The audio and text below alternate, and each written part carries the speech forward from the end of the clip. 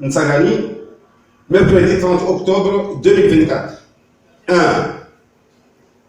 Des études géosismiques 2D et 3D prometteuses de gisements d'hydrocarbures de qualité et quantité de classe mondiale pour les blocs pétroliers 35, 36 et 37 détenus par le consortium des sociétés pétrolières anglaises Tullow Comoros et Discover Exploration Comoros. Résultat géosismique de 7 milliards de barils de pétrole brut plus 1 milliard de mètres cubes de gaz naturel, et pour les blocs pétroliers 38, 39 et 40 détenus par le consortium des sociétés américaines du Colorado Western Energy et Sapari Petroleum. Les résultats des études géosismiques sont de 11 milliards de barils de pétrole brut. Secondo, il faut souligner au préalable que ces quantités de gisements d'hydrocarbures sont un minimum et qu'avec des forages d'évaluation et certification devant atteindre une profondeur de 6000 mètres, ces quantités de gisements vont augmenter considérablement. 3. Promouvoir la formation professionnelle des étudiants comoriens répond à une nécessité de lutter contre la pauvreté, de lutter contre le fort taux de chômage des jeunes pour des opportunités d'emploi décents et très bien rémunérées, tant au niveau de l'exploitation des blocs pétroliers comoriens que dans une Afrique de l'Est qui tend à devenir une province pétrolière au même titre que le Golfe Persique d'ici une décennie. 4.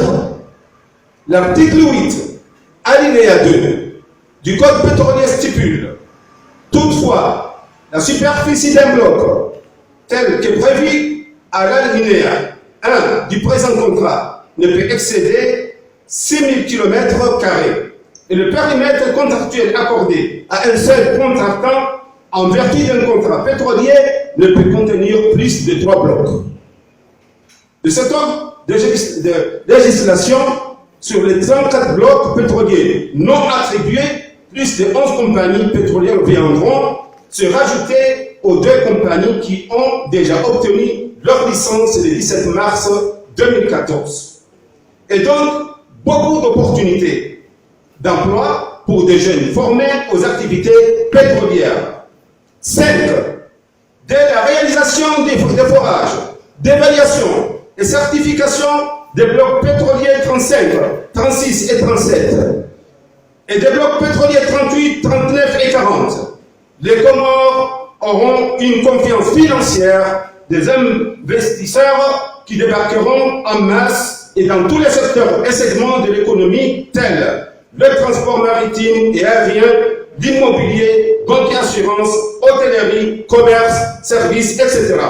Mais surtout, l'État comorien aura droit à un crédit d'avance de l'ordre de 1% de la valeur commerciale de ses ressources certifiées et sur garantie de ses ressources. 6. En tenant compte d'un prix moyen du baril de pétrole à $60 pour les blocs pétroliers 35, 36 et 37, détenus par Tullow Comoros et Discover Exploration Comoros, les crédits d'avance vont se calculer ainsi. 7 milliards de barils de pétrole brut fois $60 fois 1%, soit 4,2 milliards de dollars. Un TCF fois $60 fois 1%, soit 0,6 milliards de dollars. Et le total des crédits d'avance des blocs pétroliers 35, 36 et 37 est de 4,2 plus 0,6, soit 4,8 milliards de dollars. Et pour les blocs pétroliers 38, 39 et 40, les crédits d'avance sont de 11 milliards de barils fois $60 fois 1%, soit 6,6 milliards de dollars.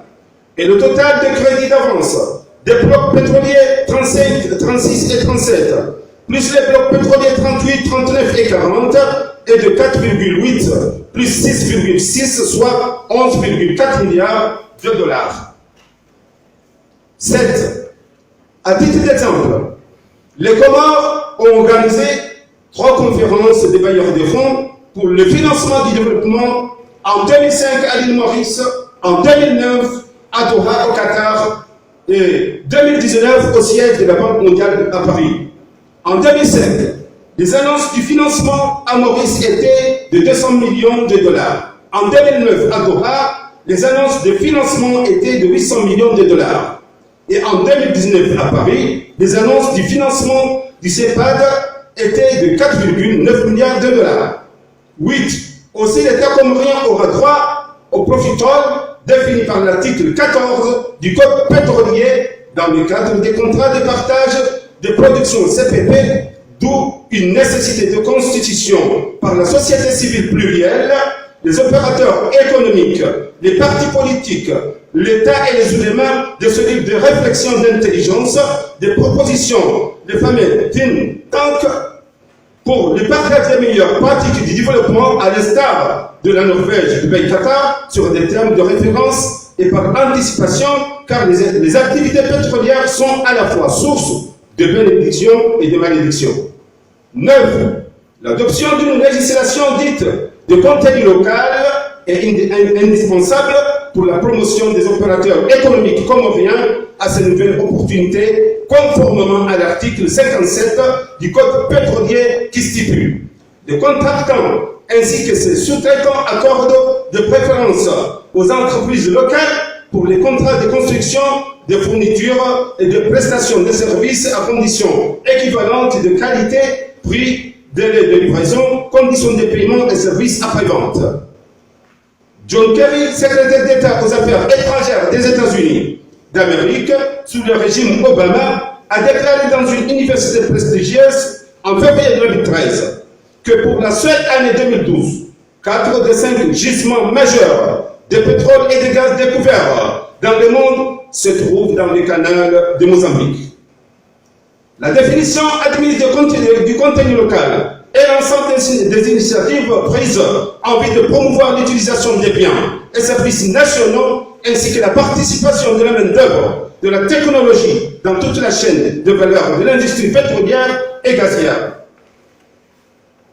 En avril 2019, à Malabo, capitale de la Guinée équatoriale, l'Organisation des pays producteurs d'Afrique, OPA, a élaboré et publié un modèle type de guide de promotion de contenu local dans l'industrie pétrolière et gazière en Afrique, un prototype adaptable à tous les pays africains producteurs de pétrole et de gaz, est publié sur Internet dans Google en cliquant sur les mots-clés. Nous vous remercions de votre attention. Salam alaikum.